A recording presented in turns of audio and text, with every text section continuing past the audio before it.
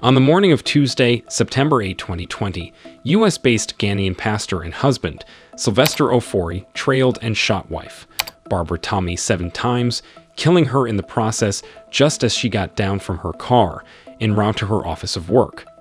This happened just outside the Navy Federal Credit Union building, Orlando, Florida. Barbara was the assistant manager of the firm. The murder incident was captured on surveillance camera. In the evening of that unfaithful Tuesday, Orlando Police Department, accompanied by SWAT, arrested Sylvester at his home in Raleigh Street. Sylvester and Barbara were married for some 5 years, but evidence gathered so far proves it was a catastrophic union, which should not have gone past the first year. Just a year into their marriage, Sylvester was arrested by a neighborhood policeman who intervened on Barbara's behalf during a conflict between the two. Reports, as per Barbara's family, suggest Sylvester was a violent and abusive husband, and that Barbara was already filing for divorce before her untimely death. Few weeks before Barbara's murder, Sylvester was captured on record vowing to take Barbara's life right in front of her family. If I don't kill your sister, then me, I am free. You got the video, right? Yeah, I got it. I call the cops. Sylvester has since then been held at Orange County Jail without bond on a charge of first-degree murder with a firearm. You may be wondering, what man of God or husband murders his wife? Well, that's quite a simple one. A sociopath or an insane one. But that's unless medically proven so. But we cannot always take the easy way out and point to those mentally incapable groups of people as perpetrators of crime and evil. In fact, normal humans are capable of evil too, and all we have to do is open our eyes and see the signs lurking beneath their appearance and characters. Barbara and her family saw the signs, ignored them, and that brought us here. They are also to blame. I'm going to tell you why. Their relationship/marriage. The then 22-year-old Barbara was a university graduate pursuing her master's degree at the time of murder. Career-wise, she was the assistant manager of Navy Federal Credit Union. That's a big deal. Sylvester, 35 on the other hand, went as far as only high school in Ghana and is a pastor of Floodgates of Heaven in Orlando by profession. They allegedly met through Sylvester's brother, also a pastor, who prophesied Barbara would marry a man of God named Sylvester. The brother connected the two and they got married. Barbara, my dear, you could have done better. Now, to provide some context, pastors are very manipulative. Highly educated women with successful careers, too, on the other hand, can be very condescending and intimidating. You get where this is going, right? And so, their pair was always a mismatch. Their pair is likened to the Tom and Jerry cartoon series. Those two could never coexist peacefully. Moreover, how much was a pastor in the States going to earn anyway? It is not like he was back home in Ghana, where he could play with followers' faith and dupe them of their money. So I gather that Barbara was the main provider of the family. Just imagine that. As a man, how do you tame such a woman?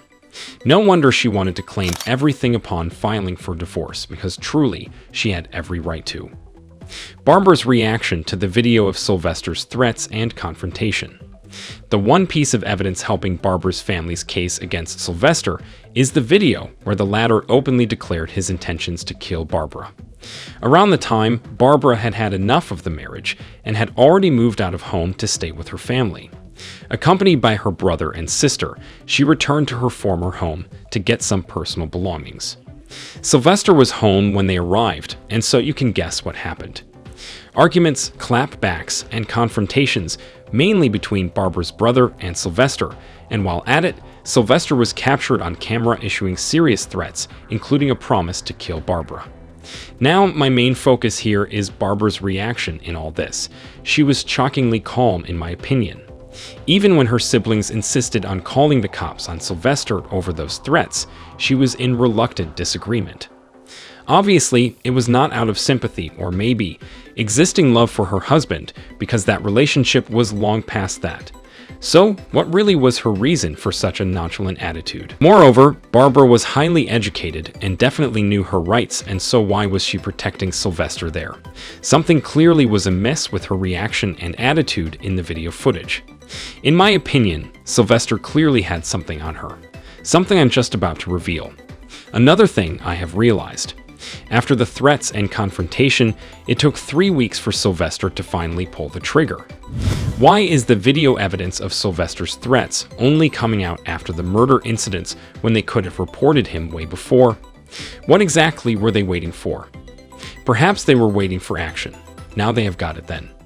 But on a more serious note, that air and inaction on the family's part raises a lot of questions and suspicions. I mean, this is the United States, one of the grayest parts of the world. Anything is possible, and probably that video may have been fabricated. Let us not get ahead of ourselves, but we all know the law favors women, right? And so, what is to stop us from saying there is more to that video evidence? Remember, Sylvester was outnumbered the day Barbara and her folks visited, so what prompted him to issue those threats? Fueling a fight you know you cannot win is nonsensical to me. I believe, though not recorded, Barbara's brother threatened him first before Sylvester reacted. He even mocked his pastoral credentials. I think they needed some evidence against Sylvester, and so they instigated a confrontation, provoked him to get what they wanted out of him. And it worked. I don't kill your sister. Then me, I am speak. Sylvester's Facebook posts weeks before murder. Here is a potential game changer. Around the same time when the confrontation and threats happened, Sylvester was sharing some emotional messages on his verified Facebook wall, where he usually hashtagged them life lessons. Between August 17th and August 24th, 2 of his posts caught my attention. One insinuated that Barbara was a snake, and the other appeared to suggest karma was definitely coming for Barbara. Of course, he did not mention her name, but those could not have been just the usual social media posts. Timing is also key here. We use snake as a term for a snitch, and we allude to karma to deal with injustices. The impression I get here, already informed by the relationship of the two, is that Barbara may have been somewhat disloyal to her husband. Those posts reveal a man who was emotionally devastated. Think about this. You are a beautiful 22-year-old woman with higher education and a promising career. You marry a man 13 years older than you, out of faith, and then you find out very early that it was not going to work.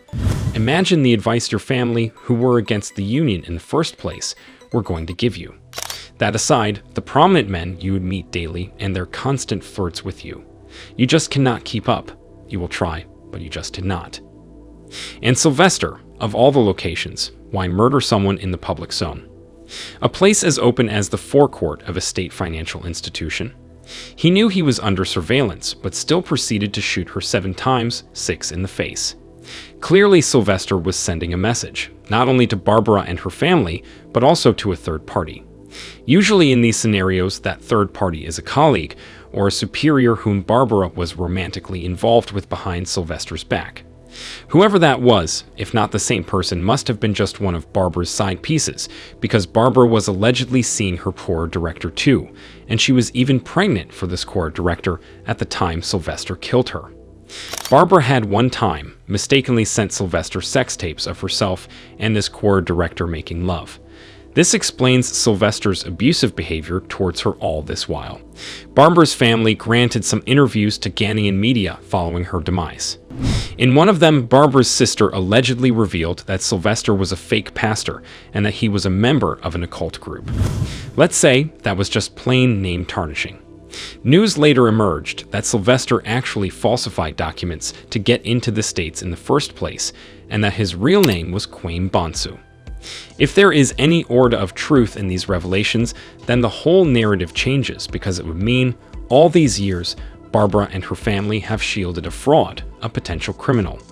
This explains why they could not press charges against him for violent conduct all these years. If that is the case, then they brought this on themselves, for if you attempt to domesticate a wild beast, be ready to accommodate all of its shenanigans. Sylvester refuses plea deal, vows to appeal now. The latest development of the story is that Sylvester was tried before courts, adjudged guilty, and hence granted a plea deal of a 50-year sentence. Surprisingly, he rejected it. Come on, bro. You were captured on camera threatening and eventually killing your wife, and there is an eyewitness against you as well. 50 years is such a let-off in all honesty. Well, it seems I worry out in vain. Unfazed by all that, Sylvester and his lawyers are planning on getting him a reduced sentence of 15 to 16 years, and he is pretty confident about his chances. Take me back to my argument that he had something on Barbara. Barbara definitely was an unfaithful wife. Does Sylvester really have or know something about Barbara that could potentially turn the tides of this case? Or is this all just a play to stall the start of his pending jail time?